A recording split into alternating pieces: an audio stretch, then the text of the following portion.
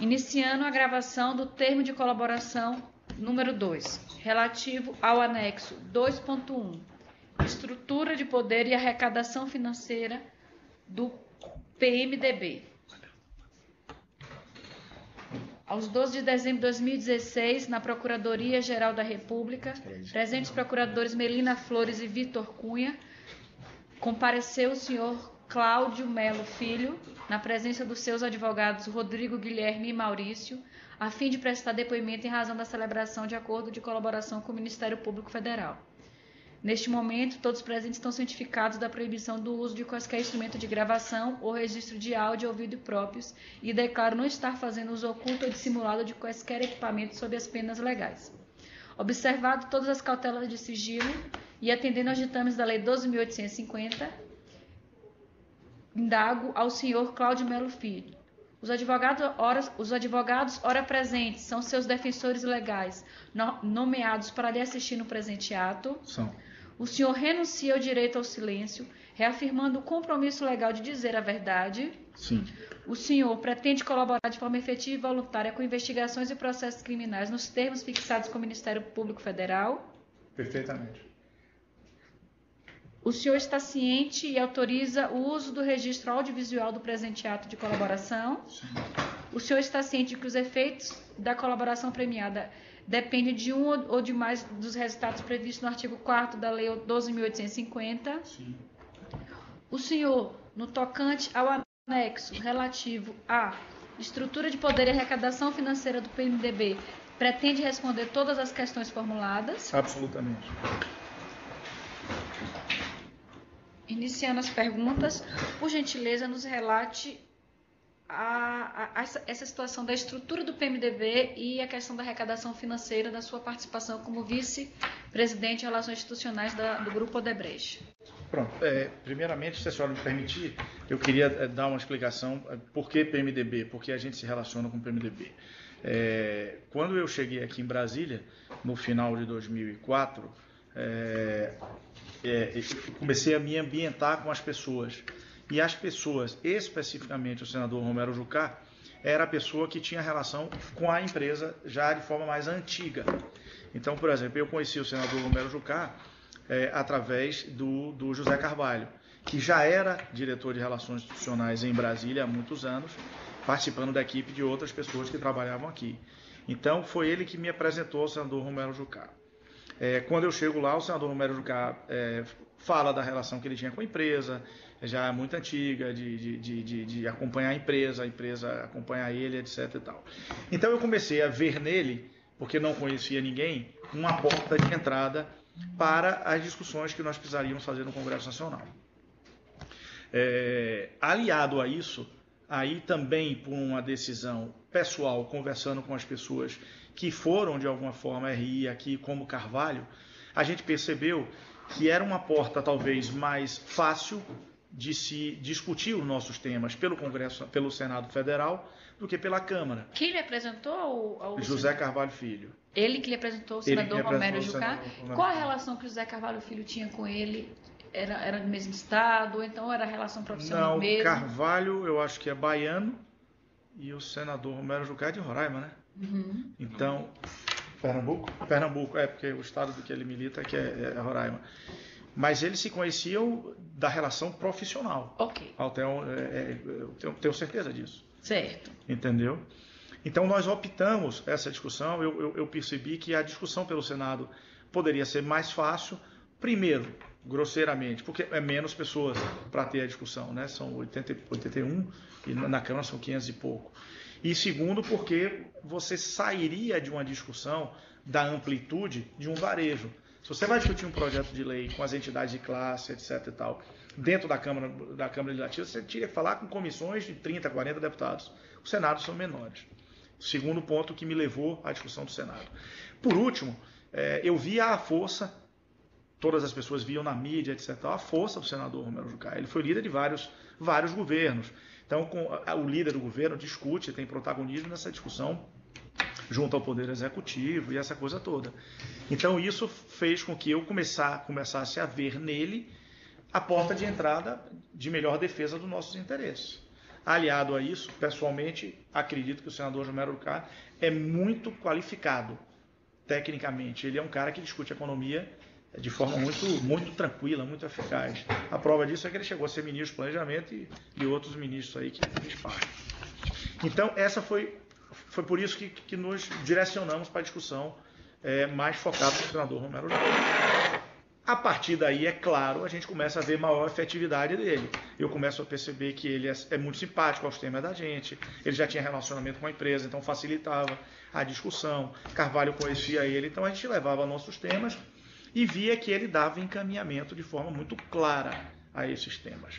E isso se seguia de uma maneira normal, sem nenhum percalço, até os acontecimentos das medidas provisórias, onde de forma efetiva nós discutimos todos os temas, e num determinado momento ele me faz um pedido, olha, eu gostaria efetivamente de contar com uma discussão melhor de vocês, uma simpatia melhor da empresa em relação a isso. A gente vai olhar item por item, mas se não me falha a memória, foi no PRS 72, foi o primeiro tema. Depois a gente olha pela data cronológica dos 3 assuntos que envolvem o senador Romero Jucá. E efetivamente a gente pode dizer o seguinte, você só ajuda uma pessoa desta forma que ele está pedindo, quer dizer, não é uma forma normal, eu vou lhe ajudar em campanha pura e simplesmente. Quando você passa a discutir valores maiores, pagamentos financeiros maiores, entendeu? Você tem que entender a razão, né? Então, se ele, vamos dizer assim, se resolve o seu assunto, a empresa vai tomar um tipo de decisão. Se não resolve o seu assunto, ela vai tomar outro tipo de decisão. Neste caso efetivo, o senador Romero Jucá resolveu aquilo que se propôs a ajudar. Que caso específico? Esse que eu comentei, o PRS 72, a medida provisória 613... 2012. 2010. Não, o PRS 72 ele começa em 2010, mas ele se resolve em 2012. Você falou resolveu no passado, então esse ano aí foi o ano de 2012, né? Ele já tinha resolvido, é isso? Ao longo de 2010, toda essa discussão, a medida provisória vem a discutida no Congresso e se realiza em 12. Em 2012. E quando é que se deu essa conversa? Dessa solicitação? Que ele Depois fez? do assunto. Em 2012, então. 2012. Perdão, entendi a sua pergunta. 2012.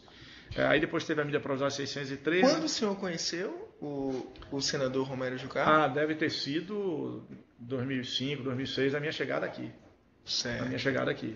E quando foi o primeiro pedido de contribuição financeira? A mim, relativo a isso, relacionada à PRS 72. 2012. 2012. Após a aprovação ou antes da aprovação? Após a aprovação. Certo. Ele não lembrava do êxito que teve na aprovação do projeto? Sim. Ele comentava, né? Certo. Foi aquela analogia que eu quis fazer. Se a pessoa resolve o seu assunto e lhe pede alguma coisa mais forte, entendeu? E ele resolveu, você também automaticamente vai ser mais simpático para levar esse pedido a quem de direito, entendeu? Se ele não tivesse resolvido, minha resposta automaticamente seria: sinto muito, eu não tenho como ajudar, entendeu? Então a solução foi prévia ao pedido. Sim. A solução, o assunto legislativo se resolve previamente. Ao pedido. Depois à solicitação. Exatamente. Certo. Agora você vai apresentar isso. Acredito eu até, porque se ele faz alguma solicitação antes e não se resolve, era inócua, né? Entendeu? Você pedir depois de resolver, você se fortalece. Certo. Se você pede antes e não resolve, cai no vazio. Em relação a essa questão das contribuições, quem é que o senador Romero Jucá representava dentro do Congresso? Quais eram os outros demais senadores que ele atuava como preposto? Ele, nesses assuntos que ele tratava, ele comunicava sempre que os assuntos que ele estava tratando seriam efetivamente bem trabalhados, bem tratados, bem entendidos pelo senador Renan Calheiros, entendeu? O senador falava isso com uma certa frequência. Além do senador Renan Calheiros, existia outro senador? Em um assunto específico, certo? Eu vim a saber depois, aí eu tenho que olhar qual dos três era, não me recordo agora, mas acho que era a medida provisória 613, mas a gente depois verifica. Ele não comentou do senador Renan Calheiros, mas não comentou de nenhum outro. Mas um fato nos levou a perceber que existia outro senador que estava de alguma forma apoiando ele, ou ele apoiando o senador, eu não sei dizer, que é o senador Eunício Oliveira. E digo isso porque a pessoa indicada pelo senador para procurar o José Carvalho para receber a contribuição alegadamente de campanha é uma pessoa que depois a gente veio saber, eu não conhecia a pessoa nem Carvalho, é uma pessoa ligada ao senador Anísio Oliveira. Ok. Eu queria que o senhor falasse agora do PMDB na Câmara dos Deputados. PMDB na Câmara dos Deputados. A Câmara, como eu disse aos senhores, eu vivi poucos momentos de discussão lá, por opção. Eu optei por conduzir no Senado. Mas é fato que eu sabia que a Câmara tinha a sua estrutura, entendeu? E parte dessa estrutura eu tinha relação. De forma clara, eu tinha relação com o Gedel Vieira Lima, que na época era deputado, com o senhor Eliseu Padilha, com o senhor Wellington Moreira Franco. Com esses três eu tinha relacionamento. E esse trio é sabido, não é Cláudio quem está dizendo, é sabido pela mídia e tal, que tem um peso, sempre teve um peso expressivo junto ao senhor Michel Temer, o presidente Michel Temer. Então, esse trio também eu sabia que se eu precisasse ter alguma discussão a nível de Congresso Nacional, eu teria neles um apoio. Qual é o trio?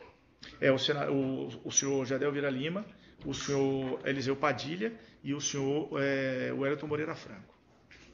Ok. O senhor teve contato com o senhor Michel Temer? Com o presidente Michel Temer eu tive pouco contato. Tive em duas oportunidades, uma com o nosso presidente Marcelo Odebrecht, quando ele se elege vice-presidente, tem uma agenda oficial que a gente vai lá fazer um cumprimento, e depois num jantar específico que eu acredito que é um tema que nós vamos tratar na frente. Ok. E com relação ao senhor Eduardo Cunha, qual é a visão que o senhor tem dele no PMDB da Câmara? O deputado Eduardo Cunha é uma pessoa que o Brasil viu ele crescer bastante ao longo da Câmara. Não era uma pessoa que eu tinha um relacionamento próximo. Ele tinha outros pontos de contato na empresa. Eu o conheci, por exemplo, pelo menos eu me lembro da primeira vez assim de forma efetiva, com o Henrique Valadares. Era o presidente da área de energia nossa. E teve um evento específico, numa discussão na Câmara, sobre um projeto das usinas do Madeira, e que Henrique Valadares combinou com ele de acompanhar uma audiência pública que estaria lá. Quem é Henrique Valadares? Henrique Valadares é presidente da Odebrecht, ele saiu da empresa por um problema de saúde. Ele era, na época, presidente da Odebrecht Energia. Ok. Tá? Portanto, as obras de energia do Rio Madeira, a obra é ligada a ele, mas ele disputava as duas. Okay. Né? Então, teve um problema durante o processo e eu conheci ele nesse momento. Certo. Depois disso, certamente eu tive com ele algumas outras oportunidades, falando de discussões técnicas, puramente técnicas, de assuntos legislativos nossos. E uma vez, especificamente, está em um dos meus relatos, ele chegou até aí à minha casa, me dizendo que queria ter uma discussão com o pessoal nosso da agroindustrial. Que ele estava tendo uma dificuldade na discussão com a Única e queria ver se a Odebrecht Agroindustrial, sendo parte da Única, poderia ouvi-lo na discussão. Eu comuniquei isso ao presidente, acho que tem um e-mail meu que diz respeito a isso. Eu comuniquei ao presidente da Odebrecht Agroindustrial, Luiz Mendonça, e a Marcelo Odebrecht, mas que ele tinha ido lá. Essa iniciativa do deputado Eduardo Cunha, dizendo essas dificuldades que ele estava tendo, era também de contribuição para ele? Não, ele não falou o motivo. Mas o senhor deu do contexto, o senhor deu para entender qual era o problema? Não me pareceu. Eu acho que era a discussão de passar alguma coisa vinculada à Única. A Única é a união, é a associação de classe que representa o setor sucroalcooleiro. Ok. Entendeu? E a gente, membro, como ele tinha uma relação com a empresa, eu acredito que ele queria discutir com a empresa no sentido de ver como conduzir o assunto. Okay. Entendeu? Mas ele não me disse exatamente o que era, mas pessoalmente não acredito que era financeiro. Ok. Na lista que foi apresentada do sistema Drauzio, que tem os codinomes de pessoas que foram beneficiárias de recursos financeiros, aparecem alguns nomes, algumas siglas, alguns apelidos, e certo. Que o senhor relata identificando quem seriam esses parlamentares que teriam esses apelidos. Perfeitamente. Era dentro da empresa, vocês sabiam o nome desses apelidos em geral? Quando você fala, por exemplo, que o senhor Romero Jucá era o Caju, tem um outro que seria Angorá, um outro que seria o Caranguejo. Como é que o senhor sabe que esses seriam essas pessoas? Quais são? Pronto. Nesses casos específicos, o Caju já era da empresa, não é um apelido que eu coloquei. Ele já tinha relacionamento prévio com a empresa. Então, internamente as pessoas já sabiam. Aqueles que, por algum motivo, fizeram esse tipo de pagamento Certo. a ele, né? Não é uma coisa que eu acho que a empresa toda sabia, Certo. entendeu? Mas, porque nesse caso específico já era antigo, a senhora perguntou do deputado Eduardo Cunha, tem pagamentos aí feitos, tem escrito assim, CP, significa, eu fui pesquisar pela empresa, é campanha, entendeu? Certo. Aí tem CP Benito Júnior, CP é campanha, e que por algum motivo nos pediram, a mim ou a José Carvalho, para fazer alguma comunicação a ele, tem lá Caranguejo, é o codinome que a empresa dava a ele, não fui eu que dei. Mas internamente o senhor sabia que o Caranguejo era ele. Sabia porque as pessoas, como eu fui pedido e demandado, eu e Carvalho, para dar uma informação a ele, a pessoa dizia qual era a informação. Entendi. Entendeu? E aí é o Mas cara- com ele, Eduardo Cunha, eu não tenho nenhuma tratativa. Não, ok. E Angorá? Como é que o senhor sabia que era o Angorá? Como é que o senhor identificou no anexo quem é o... Pela mesma razão, quando a empresa já tinha relacionamento com a empresa, quando a empresa, no meu assunto, determinou uma ajuda financeira que seria feita, deram o codinome a ele. Deram o codinome. Quem é que dava os codinomes? Olha, isso é uma pergunta que eu sou louco para descobrir. O senhor Até não porque dava o codinome? tem uns que a gente vai falar aqui, cada um deles eu vou dizer. Esse final de semana até, inclusive, surgiu um que ficou chateado e que eu não tenho a menor culpa. É uma pessoa que era amiga da empresa muito antes de eu chegar, entendeu? Mas eu não sei precisamente. Eu acho que cada um, quando surgiu o primeiro tema da pessoa, deu esse apelido. Eu só posso imaginar E isso. qual é a motivação do codinome? Por que não botava o nome da pessoa? Era uma tentativa de encobrir o fato ilícito? Eu acredito que sim. Era uma orientação da empresa fazer isso, sem dúvida nenhuma. Orientação de quem? Porque a empresa é uma pessoa jurídica, né? Eu quero saber quem era o responsável, a pessoa Isso é muito antigo, né? A empresa... Presidente. Eu acredito que os presidentes das empresas ou algo assim...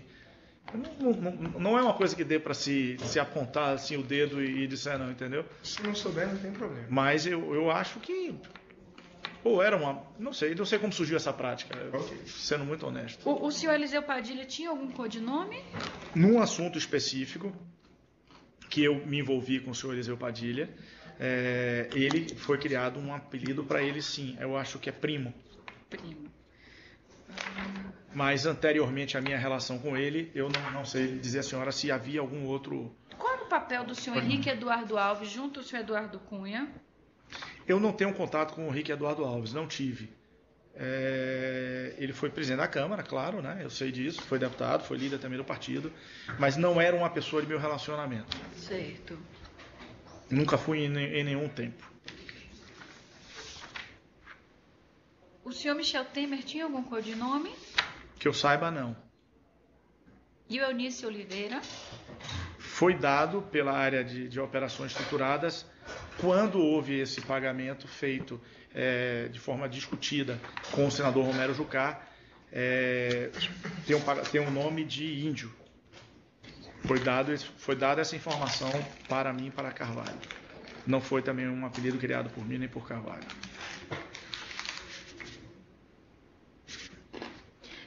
O senhor Romero Jucá, ele tinha alguma secretária que a sua secretária se reportava? Para a marcação de agendas, sim. O senhor tinha uma agenda intensa de marcação de pontos com ele? Olha, como eu disse à senhora, como ele era a porta de entrada das discussões nossas, sim, tinha uma agenda intensa, sim. Dentro daquilo que eu chamo de intensa, entendeu? Se, por exemplo, se tem um tema específico em discussão, certamente eu ia lá 1 ou 2 vezes ao longo da semana. Quando não tinha, não. E as reuniões ocorriam normalmente onde? Sempre, 100% das vezes, no gabinete dele. Okay. Quem marcava era a Diva, minha secretária. Eu estou tentando achar aqui tentando achar o nome dela aqui. É Cristina, uma, né? Cristiane, perdão. Cristiane. No meu dado de colaboração, eu peguei com minha secretária o telefone, o nome dela, incluí aqui. Eu tenho uma pergunta a finalizar. Por favor. O senhor relatou na sua proposta que buscou o senador Romero Jucá por ser uma liderança no PMDB. E é óbvio que o PMDB, por conta do tamanho da bancada, era um partido cujo apoio era bastante relevante. O senhor também menciona isso. Existiam outros partidos com bancada tão grande quanto, né? O PT, por exemplo, o PSDB, eram partidos que também tinham alguma relevância no Senado. Por que razão o senhor não procurou representantes desses partidos para estabelecer esse tipo de vínculo de maior proximidade para defender os interesses da empresa? Pronto, a primeira razão que eu digo ao senhor é o seguinte: no caso do PT, eu só conhecia um senador, que era o senador Walter Pinheiro da Bahia. No caso do PSDB, eu não conhecia nenhum senador, conhecia só o que faleceu, o Sérgio Guerra. Então, Não, eu citei exemplificativamente. Não, é claro, Estou falando de todos os partidos. E eu vou chegar lá. Então, primeiro por esse ponto. Segundo, porque a empresa certamente tem os seus relacionamentos através dos seus líderes empresariais, dos seus DS com essas pessoas. Então, como eu afirmei aqui numa outra parte da nossa discussão, se eu precisasse, por algum motivo, ser recebido ou ter uma discussão com um dos senadores, fosse Pernambuco, eu procurava a pessoa de Pernambuco. Fosse de São Paulo, eu procurava a pessoa de São Paulo. Porque eu sabia que a empresa tinha esse relacionamento. Entendeu? Então, eu procurava essas pessoas para que essas pessoas me ajudassem nessa discussão. Mas a minha relação era com o senador Romero Jucá. Volto a dizer, ele era líder de governo. O líder do governo tem, se não tem todo o poder, ele tem muito poder para determinar qualquer coisa. Entendeu? Ele que faz andar, bota para andar as coisas. Porque se o governo não quiser botar para andar um projeto de lei, não há santo que faça. Ele não bota. Faz todo tipo de artifício para que isso ocorra. E assim, lutar contra o governo é muito forte. Se o governo não quer que um assunto não ande, ele não anda. Vou dar um exemplo aos senhores. A gente discute um projeto de lei sobre o projeto de lei sobre a lei de licitações. Eu acho que deve ter 20 anos, está no Congresso Nacional. A gente defendeu de todo jeito que o Brasil tivesse processo licitatório com segurança jurídica plena. O que vem a ser isso? Você ter seguro garantia, você ter performance bond, você só licitar uma obra se tivesse todos os projetos executivos prontos, para não ficar, desculpa o termo, essa bandalheira que está aí, entendeu? Tem 20 anos que a gente discute isso. Tem inclusive uma emenda do senador Dornelles que ajuda nisso daí, entendeu? Certo. A gente faz um esforço grande e não anda. Por que não anda? Talvez porque ninguém tem interesse. Então, o senhor se absteve de procurar outras lideranças de bancadas? O senhor se satisfez com o apoio de Jucá? Por aquilo que eu disse aos senhores, também é outra oportunidade. Se você tem uma discussão e essa discussão vai à frente e se resolve, você segue nela de novo, você segue nela de novo, você segue nela de novo. E no caso do senador Romero Jucá, ele tinha atenção pela empresa e resolvia os assuntos. Entendeu? Então, se você está resolvendo um assunto através de uma pessoa, qual o motivo vai levar a procurar outra? Entendeu? Bem. Quanto que no todo o senador, a gente vai especificar depois, mas no quanto que o senhor foi pago ao grupo do senador Romero Jucá? Olha, primeiro a gente tem que fazer um divisor de águas aí. Tem um assunto que está na minha colaboração, que diz respeito a Henrique Valadares. Está bem claro na minha colaboração, que é um assunto da ordem de 6 milhões de reais, entendeu? Que é do assunto que Henrique Valadares tratou com o senador Romero Jucá ou com quem quer que seja. Eu não sei com que ele tratou. Ele apenas pediu a mim, a Carvalho, que comunicasse ao senador que haveria esse pagamento. Assim nós fizemos. Quanto? 6 milhões de reais. Isso diz respeito à obra de Santo Antônio, certo? E isso foi pago. Aí a gente tem um dado específico meu aqui que a gente olha isso, tá? Então, esse valor foi isso. O resto tem essas discussões das medidas provisórias e que deve ter aí somado algo em torno de, ao longo desse tempo todo, 15, 16 milhões de reais durante os períodos supostamente eleitorais. Esses valores foram o que o senhor intermediou? Foi o que eu discuti com ele, sim. Se a empresa tem outras coisas, eu não saberia. Fora esse do Henrique Valadares, eu não sei, não saberia dizer. Então é possível que ele tenha recebido maiores valores? Valores mais... Ele tem relacionamento com várias pessoas na empresa. Então, eu não posso afirmar. Esses são os valores que o senhor intermediou? Sem dúvida nenhuma. Ok. E desse conhecimento que eu tenho do assunto do Henrique Valadares, que eu não sei Não sei, mesmo no processo de colaboração, não foi procurar saber a razão. Mas o senhor sabe que foi Sei relativo que à foi, usina exatamente. Porque isso foi dito pelo Henrique de Santo Valadares. Antônio. A minha é o Carvalho. Ok. O senhor gostaria de fazer alguma consideração final sobre esse termo específico? Não, acho que não. Doutores, alguma consideração final? Não. Portanto, respondidas as questões formuladas, nada mais havendo a ser consignado, será agora encerrada a gravação audiovisual e, em seguida, lido e assinado o termo que também registra o presente ato.